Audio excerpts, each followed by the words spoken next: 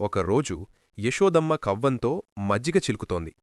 చిన్న కృష్ణుడు ఆమె పక్కనే కూర్చుని ఎంతో ఆసక్తిగా చూస్తున్నాడు.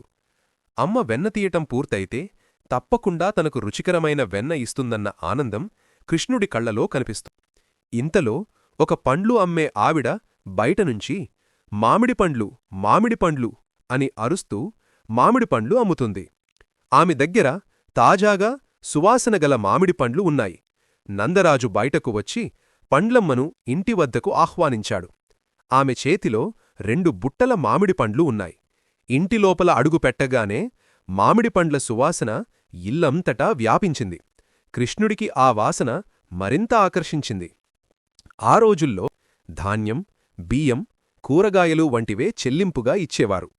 నందరాజు ఇంటిలోపలికి వెళ్ళి ఒక పెద్ద గిన్నె నిండా ధాన్యం తీసుకువచ్చి పండ్లమ్మ ముందు పెట్టాడు. అతనడిగాడు, ఈ గిన్నె నిండా ధాన్యం ఒక బుట్ట మామిడిపండ్లకు సరిపోతుందా? మీరు ఎంతో ఉదారంగా ఇచ్చారు. ఈ ధాన్యం బదులుగా ఒక బుట్ట పండ్లు ఇస్తాను అని ఆ బుట్టను నందరాజుకు అందచేసింది. కృష్ణుడు తన తండ్రి ఇచ్చిన ధాన్యాన్ని గమనిస్తూ ఆ మాటలు విన్నాడు.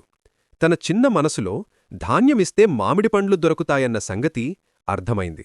కృష్ణుడు ఇంటిలోపలికి పరిగెత్తి తన చిన్న చిన్న చేతుల్లో ఎంత ధాన్యం వస్తే అంత తీసుకున్నాడు. చేతుల్ని బిగించిపెట్టి ఒక్క గింజకూడా పడిపోకుండా జాగ్రత్తగా పండ్లమ్మ దగ్గరకు పరిగెత్తాడు. పండ్లమ్మ మొదటిసారి కృష్ణుడి ముఖాన్ని జాగ్రత్తగా చూసింది. అమాయకమైన చిన్న చూపు, నవ్వు, తలపై నెమలిరెక్కతో కనిపించిన చిన్న రూపం ఆమె హృదయాన్ని ఒక క్షణంలో ఆకర్షించింది. ఆమెకు చుట్టూ ఉన్న ప్రపంచం అంతా ఆగిపోయినట్లయింది. కృష్ణుడు అమాయక స్వరంతో, ఈ బియ్యం తీసుకుని నాకూ పామిడిపండ్లు ఇస్తారా?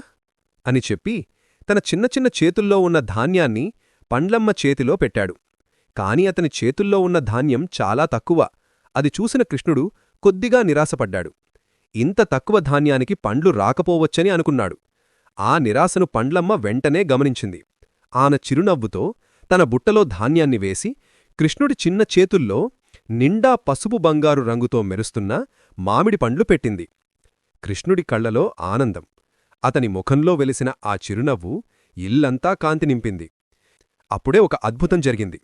నందరాజు ఇచ్చిన ధాన్యపు బుట్ట పూర్తిగా బంగారం మరియు అమూల్య రత్నాలతో నిండిపోయింది. పండ్లమ్మ ఆశ్చర్యంతో చూస్తూ నిలిచిపోయింది. తన కళ్లను నమ్మలేకపోయింది. ఆమె మళ్లీ కృష్ణుడి ముఖాన్ని చూసింది. కృష్ణుడు మాత్రం అమాయకమైన చిరునవ్వుతో ఆమెను చూస్తున్నాడు. ఆ క్షణంలోనే ఆ పండ్లమ్మే ఆవిడకు అర్థమైంది. తన ముందున్నది సాధారణ బాలుడు కాదు, దేవుడే అని.